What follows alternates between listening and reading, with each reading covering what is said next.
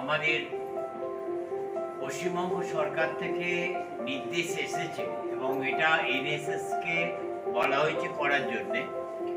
আমরা কিন্তু প্রত্যেক বছরই কিন্তু ডেঙ্গু রোধে কিন্তু ব্যবস্থা নিই এবং এটা প্রতি বছরের মতো এবছরেও ব্যবস্থা করা হয়েছে এবং আমাদের ছাত্রছাত্রীরা এতে অংশগ্রহণ করছে। এবং শুধু তাই নয়, আমাদের যে সিস্টার কনসার্ন অর্থাৎ বলাকার এই জিরাট কলোনি স্কুল, সেই স্কুলের ছাত্ররা উপস্থিত আছে।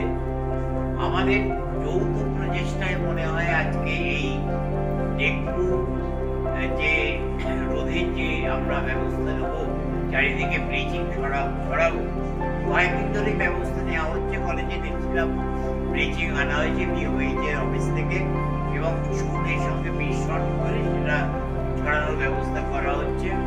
আমাদের জিরাট কলোনি স্কুলের পক্ষে আমাদের হচ্ছে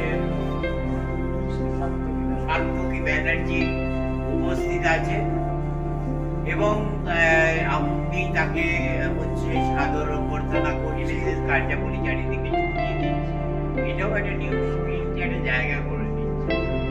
যাই হোক, আজকের এই অভিযান শুরু হলো।